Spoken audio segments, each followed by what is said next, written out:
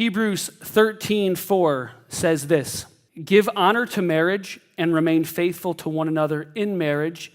God will surely judge people who are immoral and those who commit adultery."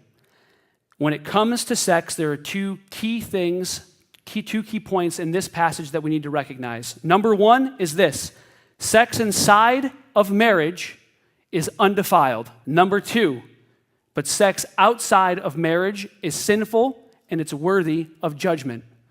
And I know that this is crazy challenging, but the reality is this, that if you're in a relationship in which you're not married but you're living as married, you can pray all you want for God to bless that relationship and help you work out your difficulties and your struggles, in which you will have them. You can't ask for God to bless something when that something is wrapped in disobedience and sin. It doesn't work. Remember last week we talked about the jars of our relationship?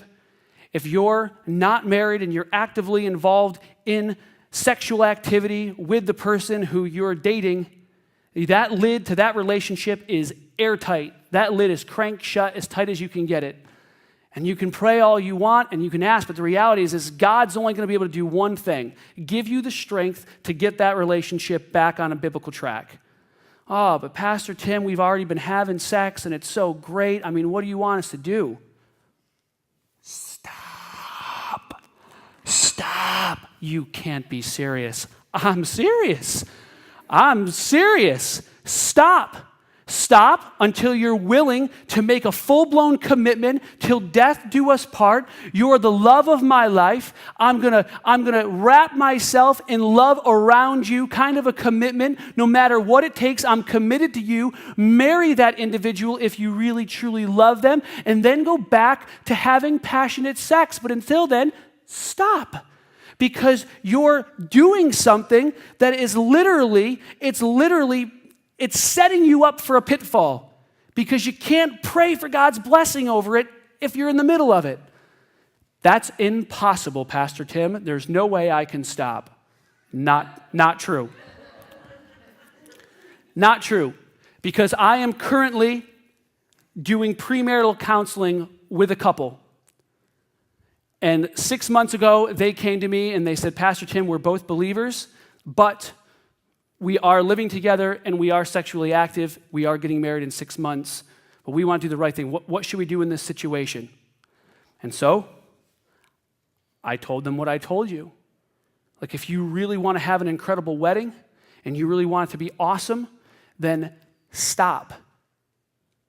Just stop and allow yourselves to grow close outside of the sexual element and develop an incredible relationship and grow close to God and begin to build on an awesome foundation that when you get married, your home can take off and you're going to have an incredible home.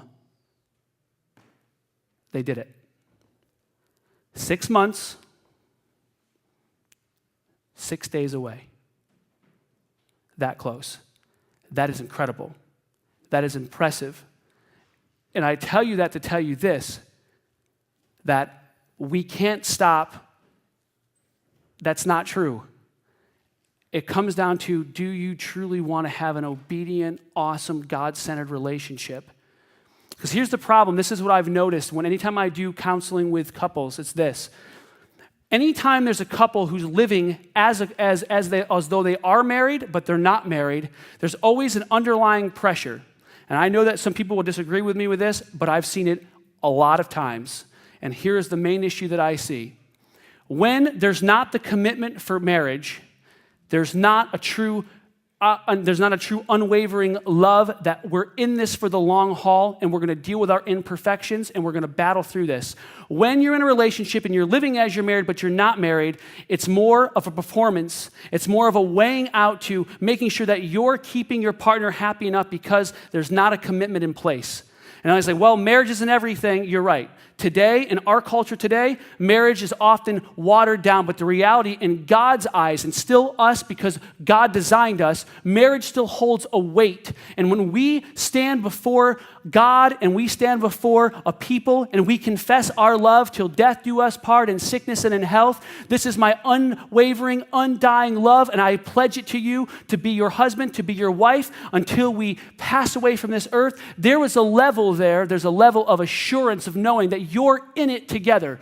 And that's why the home structure is so important, because the moment that you make that commitment and then you establish Jesus Christ as your foundation and you get the front door of love, you get the walls of obedience, and you get this awesome roof of marriage, you now have this complete home that you can really stand on, and you can stand on it knowing that it's going to withstand the test of time. You flip it around and you remove marriage from it, now it's more of like, what have you done for me lately? We may not say it, but the reality is there's no true commitment in place to hold the relationship together. And that's not the way that God ever designed it to be. Sex is for the marriage bed. It is also for the marriage shower, the marriage coffee table, the marriage back seat, or any place else involving marriage. We need to get past this whole idea that Christianity is prude towards sexual activity, because that has never been further from the truth. Christians don't have anything against sex, nor should they, because God ordained it, God created it, and He made it as creative as He possibly could, and we're called to experience that and enjoy it. There's nothing wrong with sex at all inside of marriage. But Pastor Tim, what do you mean by that? Can we actually, yeah, if you're married. Wait a minute though. You don't mean that me and my wife can actually, sure, go for it. If you're married, foreplay, role play, toy play, whatever it is, the marriage bed is undefiled. And we need to get past this idea that just because we're believers, that we are prude people, or that there's something dirty about sex, because that's not the way that God intended it to be. God said, here's marriage, here's my plan, and inside of that, you can do whatever you want to do, explore it and enjoy it. It is this awesome, purposeful, passionate, filled plan that just gives an incredible whole new dimension to our relationship inside of marriage. And we're called to explore that and experience that to its fullest capability as often as you want to. It's the way that God designed it. But it's supposed to be done inside of marriage. That's the way that He ultimately put it all together.